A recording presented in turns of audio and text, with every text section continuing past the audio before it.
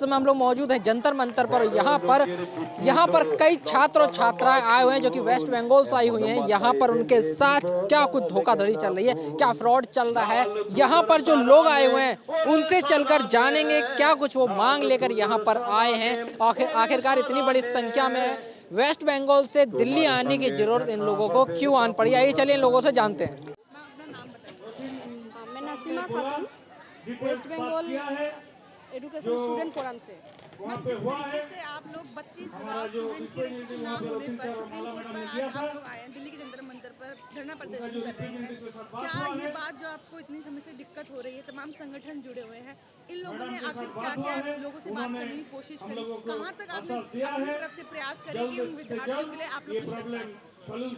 पहले तो मैटर जो जैसे बीएड यूनिवर्सिटी की है, तो पहले हम लोग सारा संगठन मिलके यूनिवर्सिटी की वीसी के पास गए थे। उसके बाद रजिस्टर, फिर काफ़ी टाइम तक जो यूनिवर्सिटी की गेट है रोड पर भी वो लोग उतर के आए।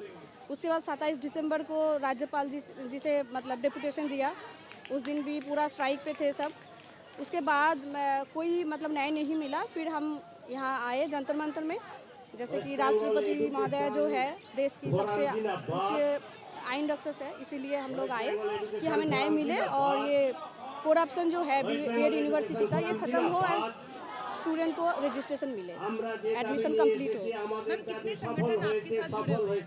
हमारे साथ टोटल और 6 संगठन है, जैसे कि ऑल इंडिया मोतुआ संगठन, ऑल इंडिया इमाम संगठन, all India teachers, all India education forum, all India Adivasi artist forum, ये सब जुड़े हुए हैं। अभी तक कितने स्टूडेंटों का जो भविष्य है वो अधर में लटका हुआ है? 32,000 स्टूडेंट को रजिस्ट्रेशन नहीं मिला जो लोग बीएड में एडमिशन लिए थे। और वो पोर्टल जो है यूनिवर्सिटी का, उसमें कॉलेज का नाम देखते हुए एडमिशन लिए थे, मतलब ऐसा नहीं कि कॉलेज का नाम नहीं था। अच्छा, आप लोगों ने जो मौजूदा सरकार है उससे अपना कोई पत्राचार वगैरह किया है कि ये परेशानी इतनी बच्चों को हो रही है, तो इसका कौन जिम्मेदार होगा? मौजूदा सरकार जो बंगाल की है। नहीं, हम लोग सरकार की तरफ नहीं गए या हम लोग कोई पॉलिटिकल कुछ भी ये नहीं गए, क्योंकि मैटर बीएड की है, मैटर यूनिवर्सिटी की है, मैटर स्टूडेंट से है।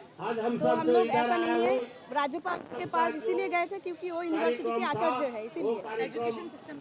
हाँ जी जी जी जी। इस समय मौजूद है जो प्रदर्शन में आए हुए हैं उनसे जानते हैं। क्या नाम है सर, क्या नाम है आपका? दिव्येंदु बाग मेरा नाम, secretary West Bengal education forum. कहाँ से आए सर? वेस्ट बंगाल कोलकाता से। क्या कुछ पूरा मामला चल रहा है, आप यहाँ पर आए हुए हैं, क्यों प्रदर्शन चल रहा है?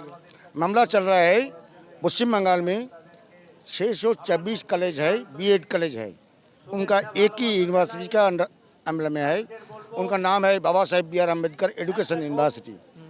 उनको जो वीसी है वो अचानक 4 अक्टूबर बोल दिया 253 colleges are not affiliated in Bengal.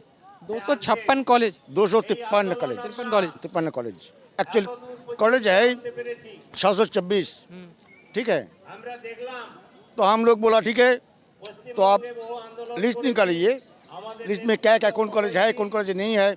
वो आज 8 जनवरी तक नहीं दे पाया, ठीक है।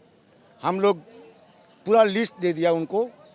अब झूठ बोलता है, एक्चुअली वेस्ट बंगाल में 323 कॉलेज का एफिलिएशन नहीं है, लेकिन 1 जुलाई 2023 1 जुलाई से सब 626 कॉलेज स्टूडेंट एडमिट करके क्लास शुरू कर दिया, ठीक है।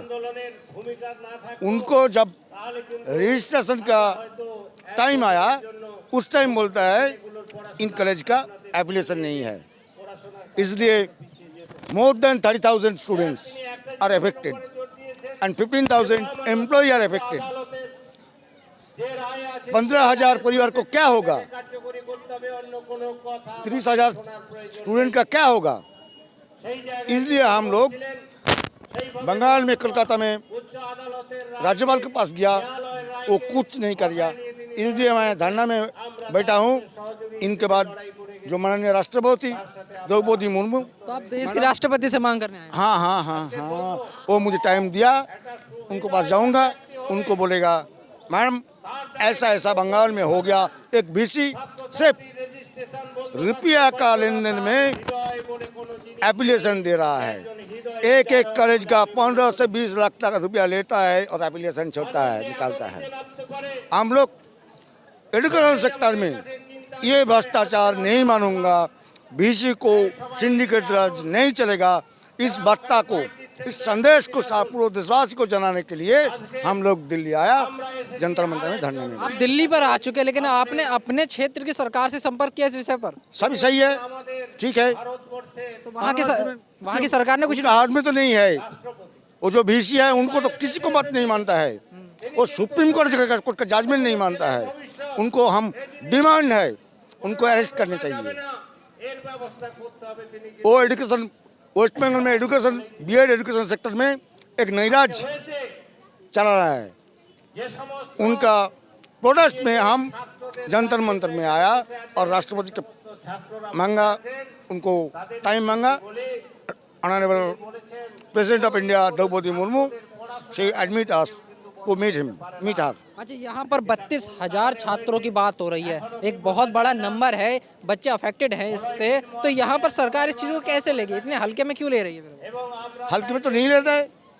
और बंगाल का जो एजुकेशन मिनिस्टर बात तो वो तो बोल दिया, वो परिजाई केयरटेकर बीसी है। हम लोग बोलते हैं वो चोर बीसी है, वो सिंडिकेट का रानी है, उनको अरेस्ट करना चाहिए। इसलिए हम इधर आया, सुप्रीम कोर्ट जजमेंट के अनुसार उनको अरेस्ट करना ही चाहिए।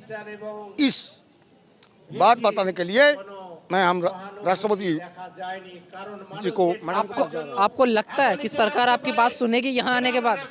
बिल्कुल सुनेगा। तो बहुत बार देखा गया सरकार अनसुना कर देती है। नहीं, वो तो सुप्रीम कोर्ट को जजमेंट जो है ना, जो बच्चा लोग को भी मानेगा, जो बुढ़ा है वो भी मानेगा, सबको मानना ही पड़ेगा। सिर्फ हाईलाइट इट। इसलिए तो मैं पूरे देशवासी को जानता हूँ, पश्चिम बंगाल में एक बीसी क्या कर रहा है। वो सिंडिकेट राज चलना चाहता है। हम लोग को खत्म करने के लिए इधर आया हूँ और सबको जानना चाहता हूँ, एजुकेशन ये भ्रष्टाचार कोई भी ना होना चाहिए, लेकिन एजुकेशन में तो नहीं होना चाहिए। इसलिए मैं इधर आया हूँ। चलिए, बहुत बहुत धन्यवाद। अभी हमारे साथ यहाँ पर जुड़े हुए थे, जो कि प्रदर्शन में आए हुए।